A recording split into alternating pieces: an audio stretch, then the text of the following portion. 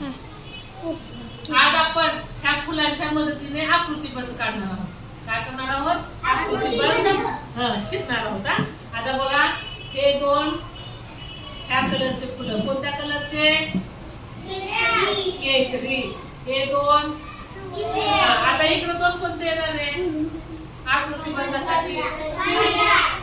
पांढरा. मग आता आपण म्हणून तीनच कलर घ्यायचा. पांढरा, नंतर केशरी. आता नंतर कोणता येणार? पिवळा. पिवळा नंतर कोणता येणार? पांढरा. आता पांढरा नंतर कोणता येणार? केशरी. नंतर पिवळा.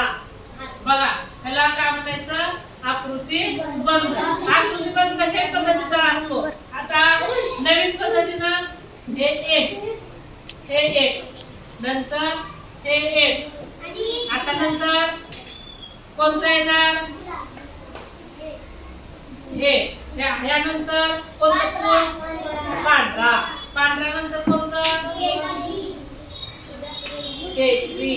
हे काय आहे? आकृतीबंध आहे. अशा पद्धतीने चौकोनाचा आकृतीबंध, संख्यांचा आकृतीबंध असतो. समजलं का?